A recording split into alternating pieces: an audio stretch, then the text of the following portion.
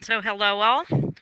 Quadratic functions day 4. Today we're going to look at quadratic functions and do some application work with it, like some real life examples. You're going to need your calculator, so if you need to pause this and go locate your calculator, that would be a great idea. You're also going to need to be patient, so I'll be trying to teach you some new things with your calculator as we work through some examples, and I'll also be able to reinforce that when I see you in class next. So, all right, so if we look at these graphs, these are quadratics that would have a negative a value because they have a maximum point instead of a minimum point. So we need to look at these graphs and decide we're going to match the problem below to the missing graph. So the first one says we launch a slingshot from the ground. So there's a key right there. We're launching from the ground, so it's going to start at 0, 0 at noon. It reached its height of 36 feet and landed in the ground 3 seconds later. So this one right here, the red one, is starting at a maximum height somewhere on the y-axis, and it's just falling. The B one is starting at a height somewhere above the ground. So this one has to be the green graph. So this would be its initial height of 0, 0. It's going to go up to its max value. Up here would be 36, where it reaches its max height. And then down here is where it's going to hit the ground, so it has to be 3 seconds. So that has to be the green graph. The second one is a teenager rolled a rock off a 100-foot high cliff. 2.5 seconds later, it hit the ground. So that would be where you're at a certain height and you're just dropping something or you're throwing something. So it's not going up and coming back down, it's simply falling. So that one has to be the red graph. So person is standing here at 100 feet. It's rolling a rock off the cliff and it's simply dropping. So it's going to hit the ground at 2.5 seconds. And if we had the actual equation for this, we would see that the equation is going to generate this part of the graph over here for negative time. But really, that's not part of this graph. It just generated it when it was put into the calculator. So then it says we're supposed to write a problem for the missing one. So if I'm looking at this, I am starting at a certain height. Let's say you're on the balcony of a hotel at 10 feet. You're going to throw something in the air. It's going to reach a maximum height, and then it's going to fall back down and hit the ground. So maybe you're standing on a balcony and you have a beach ball, and you're trying to throw it to the people in the pool below. So you would release the beach ball at the height of the balcony, which would be 10 feet if you're on the first floor. You're going to throw it up. It would reach a maximum height, and we're just making up these numbers. It would reach a maximum height of, say, 15 feet. And then it's going to go and come back down, and it's going to reach the people in the pool at maybe, I don't know, 2.5 seconds. So something where you're above the ground, you're throwing something up, and then it's going to come back down. All right, so here's the general formula of what we call projectile motion.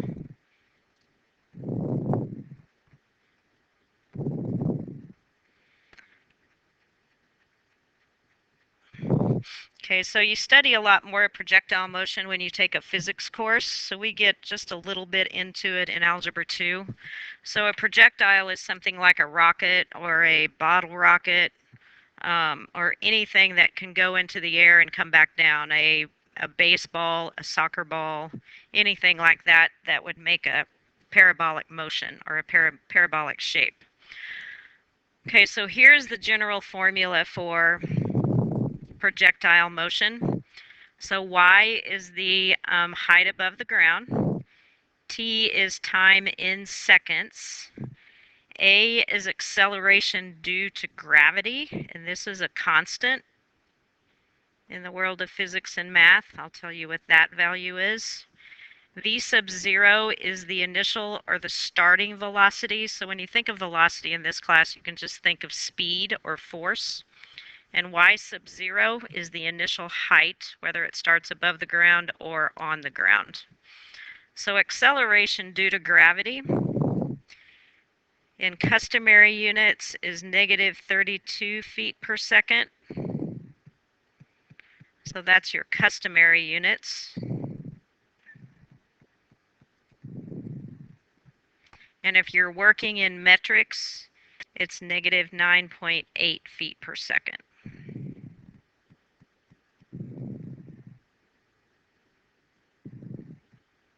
So gravity pulls things down towards the ground. That's why those values are negative. So then you can see that in the formula, you take this acceleration due to gravity, or A, and you multiply it by a half. So typically, you use the formula half of 32, which is negative 16 t squared plus v sub 0 t plus y sub 0 for customary. Or if you're going to work in metrics, which what you do a lot in physics, 9.8 t squared, I'm sorry, that should be half of 9.8, which is 4.9. Negative 4.9 t squared plus v sub 0 t plus y sub 0. Okay, so just remember those two values that sit in front are constants. Your v sub 0 is the initial velocity of the object, and y sub 0 is where it starts above the ground. Okay, so I have 5 examples here. We're only going to work 3 of them, I believe. And this is going to be where I really show you how to use some different things on your calculator, so make sure you have that ready. Okay, so as we read this first one, it says a baseball is thrown straight up in the air with an initial velocity of 29 feet per second. So there's v sub 0, the initial speed, from a point that is exactly 6 feet off the ground. So that is your y sub 0. Okay, so we need to write a function for the height of the object at any time, and we're going to calculate when the baseball will hit the ground. Okay, so we're going to write this as a function. So in function form, it's f of t. So the function due to time. So based on that, it tells us that this is in feet per second, or feet, so it's in customary units. So if I just go back and use this basic formula, the negative 16 t squared, then I don't have to worry about the 1/2 times the negative 32 for the basic acceleration due to gravity. So we'll just start with the negative 16 t squared. The initial velocity was 29 feet per second, and it started 6 feet above the ground.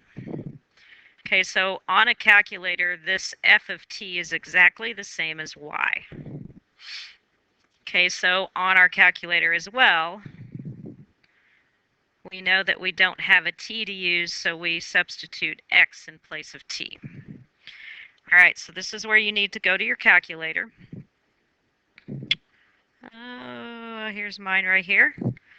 Okay, so go to your y equals. Hopefully you haven't been messing with your calculator very much. If you have, then you need to go reset the memory.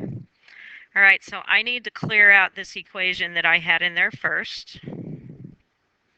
So now we're going to type in the equation that we just wrote, negative 16x squared plus 29x plus 6.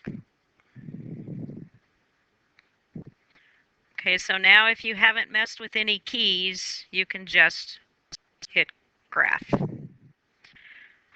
Okay, so if you have messed with some keys, then you need to zoom and zoom to number 6, which is standard. So what that does is it brings you back to a graph that's -10 to 10 on the x-axis and -10 to 10 on the y-axis. So you can kind of see that you can see the basic shape of the parabola. However, we can't see the top of it. So what we're going to have to do is, if we were graphing this by hand, we would just renumber our y-axis so we could see the top. So on a calculator, you do that by resetting the window. So right next to y equals, the second key right here is a window. So here is where you set your x-axis to whatever intervals you want and your y-axis. So we could see most of the graph. We just need to play around with our y maximum to make that larger. So you just have to take a guess. How high do you think that baseball is going to go? If you still can't see the top of it once you choose a number, then you can always go back and readjust it. So let's say it's going to go 25, and I'm just making a guess. So I'm changing my y max to 25. So let's graph, and now I can see the entire graph. Okay, so I need to calculate where it's hitting the ground. So it started at 0, 0, and I'm going to calculate where it hits the ground over there on the x-axis. So this is kind of tricky, so you need to really pay attention. I'll try to go slow. Okay, so if you look at the top row, the fourth key over says trace, and right above that it says calculate, C-A-L-C. So that's where we have to press our second key and press trace, and we're going to calculate. And we're going to calculate what's called a 0. So that's where it hits the ground. Your y value is going to be 0. So press enter. You should see your cursor, that flashing thing that you see on my calculator. So what you need to do is use your right arrow and just press your right arrow slowly and bring that cursor around somewhere above that x-axis. So I'm going to go back. I can see that my y right now, if you look at the bottom, is about 5.8. So press enter. Now it's going to say right bound, so you need to use that right arrow again until that cursor is below the x-axis. So press enter. It says guess. We don't want to guess, so press enter again, and you see you have a 0 at the value 20. So it takes 2 seconds for that baseball to hit the ground. So just as a reference on your notes, we had something that looks like this. And right here we calculated our 0 at 20. So remember, t is time, 0 is, or your y coordinate is your height. So according to the calculator, at 2 seconds, the ball hits the ground.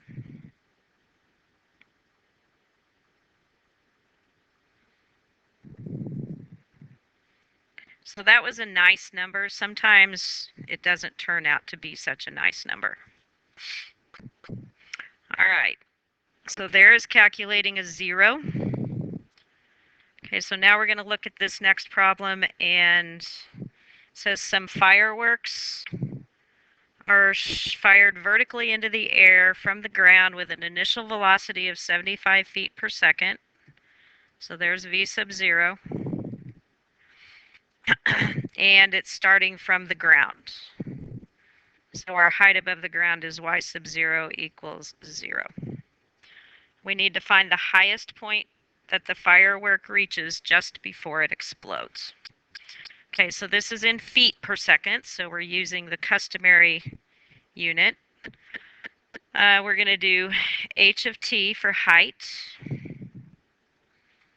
And again, negative 16t squared plus 75t for our initial velocity, plus 0 on this one since we're starting on the ground. So remember, t is our x. So go back to your calculator. Go back to y equals, clear that out, and retype your new equation. So negative 16x squared plus 75x, and I'm going to go ahead and plus 0 in there, not that it makes any difference. All right, so if you recall on the last example, we kind of messed around with the window. So what we're going to do is we're just going to go back to our original and reset our window to standard. Okay, so I would go to zoom, third button over, and we're going to zoom to standard, so number 6. Okay, so you can kind of see your graph. However, we can't see the top of it again, so we have to make a guess on how high we think that firework is going to go. So we need to adjust our y-axis again, our y maximum. So go to window, and we're just going to take a guess. And let's say, oh, I don't know, maybe 100 feet in the air. Again, if you adjust it and you can't see the top, just go back to your window and change your y max to a little bit larger. Don't go overboard and make it 1,000,000, because then your graph is going to be so tiny you can't see it. All right, so I can see it now. So I need to calculate that max point right there. So if I can find the coordinates of that point, I know its maximum height, and I know how long it took to get to that maximum height. So this is called a max, since the parabola opens down. So we're going to go back to that second calculate key, or the trace key. So you have to press your second key, calculate, and if you look at number 4, it says you're going to calculate a maximum. Okay, so my cursor is flashing down there at 0, 0. Yours might be somewhere else. But wherever it is, you need to move your cursor using your left and right arrow over somewhere to the left of that maximum point. So I'm going to leave mine right there, and I'm going to press enter. Then I'm going to bring it over to the other side, and I'm going to press enter, and I'm going to press enter again. So if you look at your XY coordinates down there, you see about 2.34 and 87.89. So that is the vertex of that equation. So if you go back and look at your notes, we can kind of sketch a little picture of that.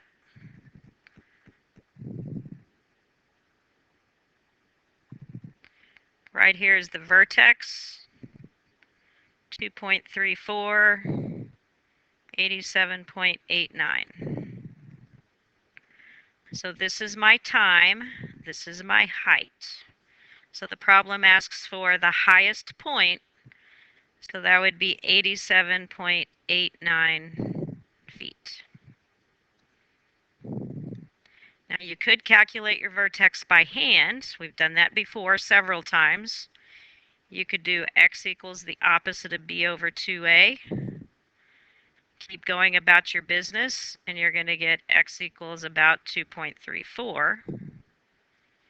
And then you plug that into your equation.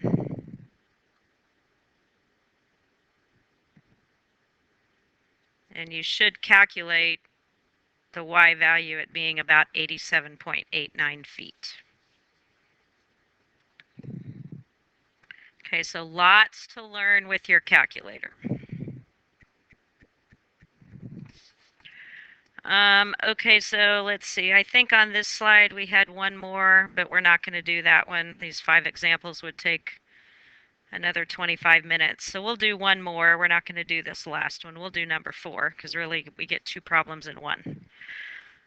All right, so this is Sam and Sarah. They're taking their math textbooks to the top of a 12-story building and look at the pool, which is 160 feet straight below them.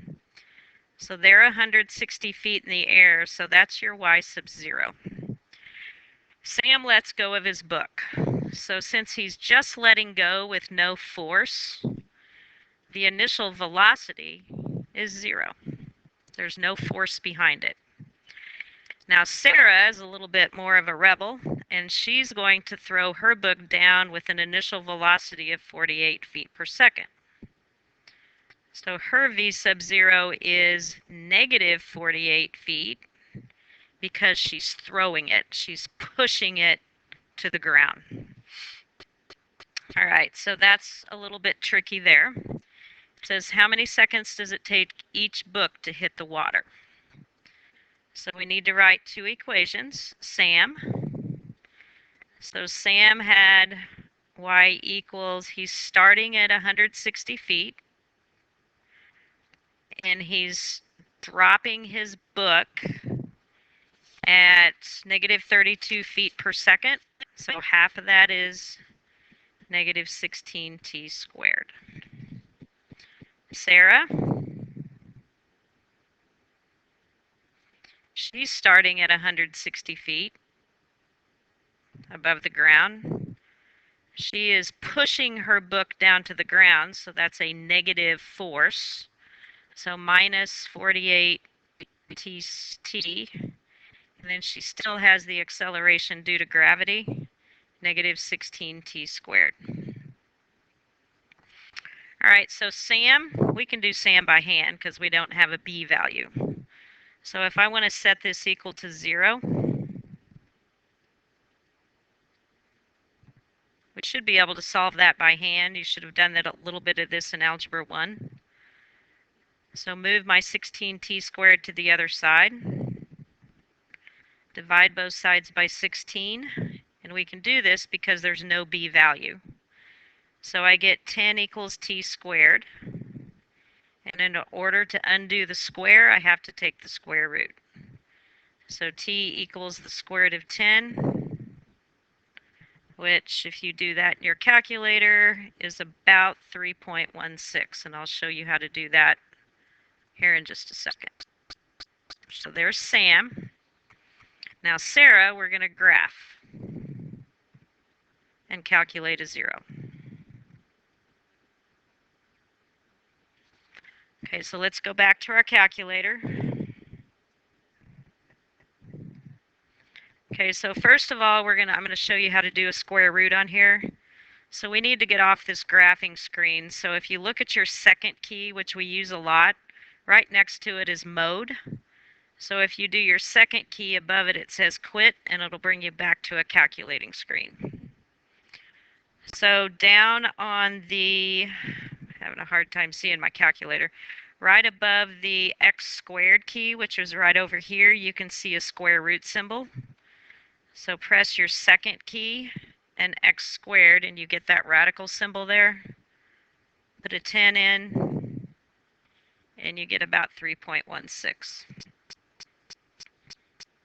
Okay, so that's how you calculate Sam's time. So go back to y equals, we're going to have to put Sarah's in. Clear that out. So we have 160 minus 48x minus 16x squared. Okay, so let's look at our window again. Remember, we changed it, so let's zoom to number 6 standard. So we start in the same place. And we want to calculate that time right over there on the right of the y-axis. So it looks like it's going to be about 2, but we don't know exactly what that's going to be. So let's look at the top of the graph. So let's change our window again. And we know they're at least 160 feet in the air because that's where they were at. So let's change our y value. Let's change it to, let's say, 200. So we're a little bit above where they are. Press enter and you should be able to see the whole graph. So press graph again. Okay, so now we're going to calculate that 0 over there. That looks like it's sitting at about 2. Okay, so we're going to go second trace or second calculate. We're going to calculate a 0, so number 2. Okay, so I need my cursor somewhere, use your right arrow, somewhere above that x-axis. Just make sure your y value is positive, so press enter. Now it's probably going to go off the calculator screen, but if you watch that y value, it's going to turn negative as soon as it's below the x-axis. Okay, so right there it's still positive. It's about 3.3. So now it's negative even though you can't see it. It's at negative 13-ish. So press enter. Now it says guess. Press enter again. And it looks like Sarah takes about 2 seconds, which makes sense. Hers is going to go quicker because she's pushing it instead of just dropping it. Okay, so this one is going to be t equals 2 seconds. So it took Sarah's book 2 seconds to hit the pool, and it took Sam's book 3.1 seconds to hit the pool because he just dropped it and he didn't push it. Okay, so that was a lot of new stuff on the calculator. Don't get frustrated with it. I will be glad to help you with that the next time I see you in class. And just get done what you can on the worksheet, and we'll work on the rest of it when I see you next time. Have a great day.